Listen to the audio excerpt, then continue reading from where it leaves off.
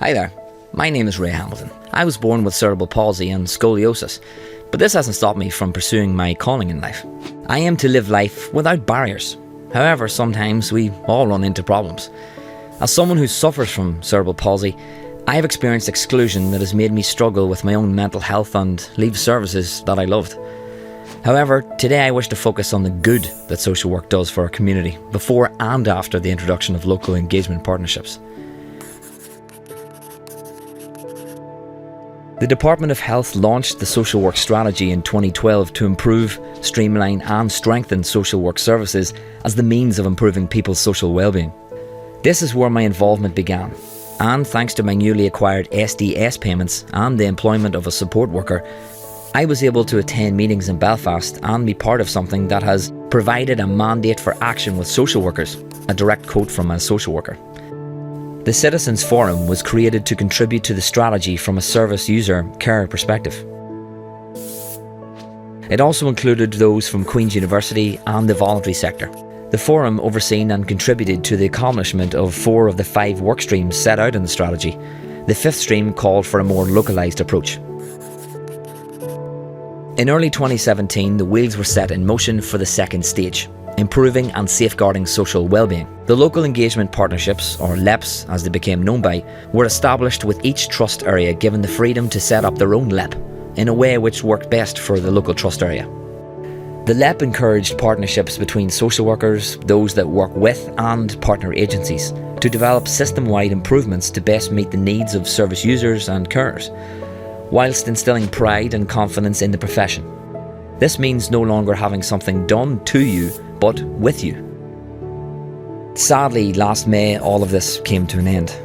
The regional lead was moved to a different post and we were told that there would be no more funding. All of the work just stopped without any explanation or moved to keep up good work practices in place. My question to those in power is why? What was the point in being involved in this? What were the outcomes? Why should service users and carers get involved in the future if it can be stopped so abruptly? What would you say to the social workers who poured hours of their time into this work? While I understand financial pressure, the good practices that were in place could be of great benefit and also save money. Co-production should be at the heart of everything social workers do. The DOH commissioned a new reflection series booklet at the start of 2020. The title of this, the 5th booklet in the series, would be Co-production.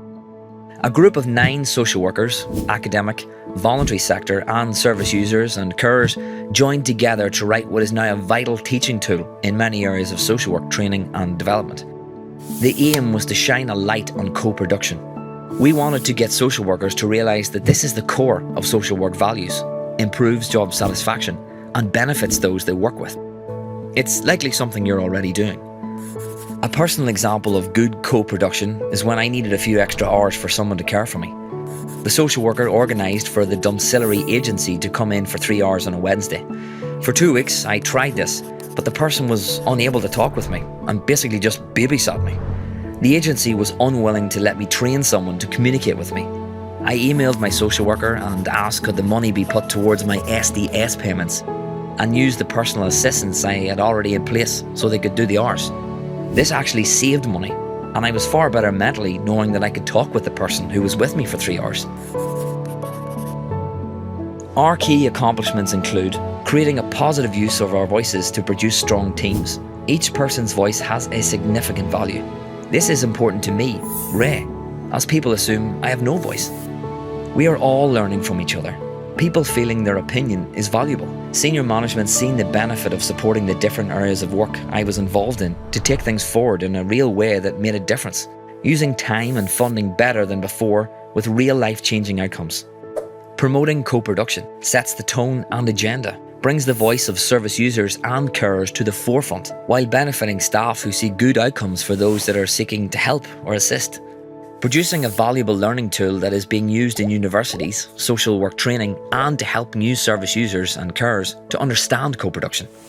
Even being promoted in England and nominated for a European Social Services Award in 2022. Co-production isn't new. Its roots have been embedded in involvement for years. Involvement is based on human values of trust, openness, respect, commitment and honesty. Without these values, co-production won't work.